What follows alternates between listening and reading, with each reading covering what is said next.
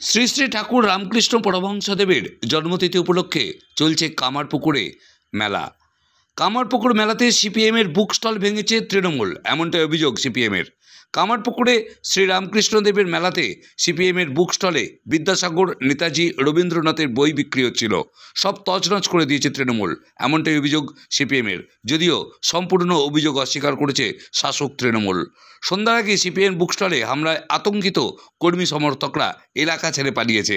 আর বুক স্টলের পাশেই তৃণমূলের পথসভা চলছে। সন্ধ্যা থেকেই বিক্ষোভ দেখানো হচ্ছে, যদিও গোঘাট থানায় সিপিএম নেতৃত্ব যোগাযোগের সঙ্গে সঙ্গেই পুলিশ বিষয়টি খতিয়ে দেখছে।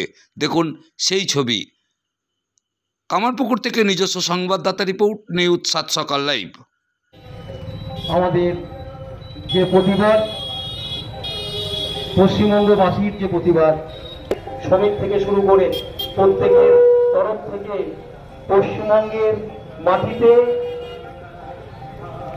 যে ধরনের যে তাহলে কি ওই সিপিএম যারা আজকে বিধানসভায়, যাদের একটাও কোনো মেম্বার নেই, একটা জেলা পরিষদের মেম্বার নেই, একটা গ্রাম পঞ্চায়েতের মেম্বার নেই, সেই সিপিএম নন্দীগ্রামের মতো একটা চক্রান্ত, নন্দীগ্রাম বা সিঙ্গুরে আক্রমণ কার স্বার্থে? পুলিশ সিপিএম জবাব দাও। এই শিক্ষাঙ্গনে নোংরা রাজনীতি কার স্বার্থে? এসে পায় জবাব দাও। এই জবাব তোমায় দিতে হবে, এই জবাব তোমায় দিতে হবে। এই সিপিএম এর চামড়া, এই পুলিশ সিপিএম এর চামড়া, সিপিআইএম ঠিক ঠিক ঠিক কার। দীর্ঘদিন যাবৎ করি, বছরের পর বছর করি, এবছরও করেছি। কালকে আমাদের রাজ্য নেতৃত্ব মনোদীপ ঘোষ উদ্বোধন করে গেছে। আজকে বুক স্টলটা খোলা হচ্ছে। দুজন কর্মী আমাদের ছিল, আমাদের সব বুক স্টল দেখছেন তো আপনারা, ভেঙে দিয়েছে, বই ফই তছনছ করে দিয়েছে। আমরা প্রশাসনকে বলেছি, এমনকি লোকাল কামারপুকুর প্রধানকেও বলেছি। আর আমরা দাঁড়িয়ে দাঁড়িয়ে দেখছি ওদের পথসভা হচ্ছে, আপনারা দেখতেই পাচ্ছেন কীরকম হুমকি টুমকি দিচ্ছে, সেটাও শুনতে পাচ্ছেন। এই বুক স্টলটা ভেঙে দেওয়া যে কী গণতন্ত্রের লক্ষণ জানি না। বই বিক্রি করছি, বিদ্যাসাগরের বই, স্বামী বিবেকানন্দের বই, নেতাজির বই, বিভূতিভূষণের বই, রবীন্দ্রনাথের বই সহ আরও প্রগতিশীল সাহিত্যিক যারা আছেন তাদের সকলের বই বিক্রি করছি, সেখানেও বাধা। এটার নাম কি গণতন্ত্র? বিবেচনা করুন, সকলকে এটা বিবেচনায় রাখার জন্যে আবেদন রাখবো, এই আমার আপাতত কথা। থানায় মৌখিক বলেছি, এখন আর লিখিতভাবে বলবো কি করে, এই তো 2-5 মিনিটের ব্যাপার। তৃণমূল কংগ্রেসের লোকেরা। এই আমার নাম তিলক ঘোষ।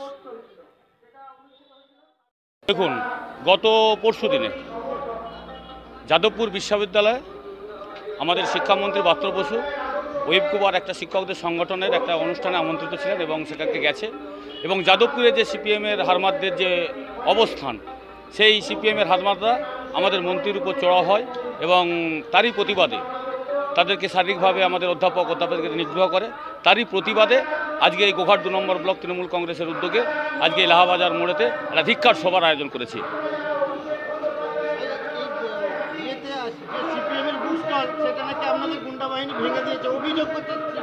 দেখুন, এই সবই চক্রান্ত নাটক।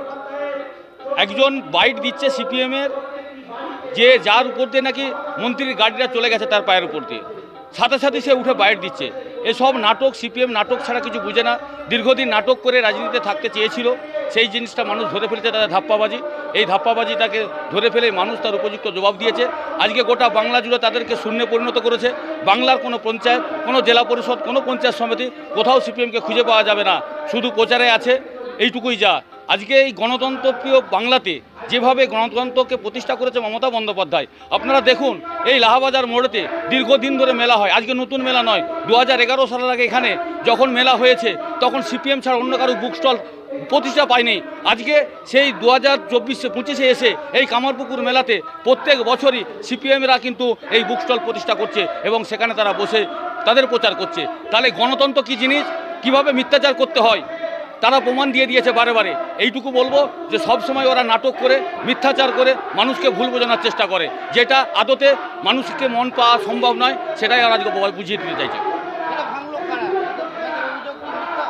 হ্যাঁ, অবশ্যই অভিযোগ মিথ্যা। এ ভাঙার জন্য তৃণমূল কংগ্রেস আসেনি। আপনারা দেখতে পাচ্ছেন যেভাবে সহাবস্থানের মধ্য দিয়ে আজকের এই ধিক্কার সভা, এখানে ওরা নাটক করছে, ওরা মিথ্যা অভিযোগ করছে। যারা আছেন তাদের ওপরও শারীরিক নির্যাতন ও নিগ্রহ করে। এর চরম ধিক্কার জানাচ্ছি আমরা এই সভা থেকে। তারই প্রতিবাদে আজকে আমাদের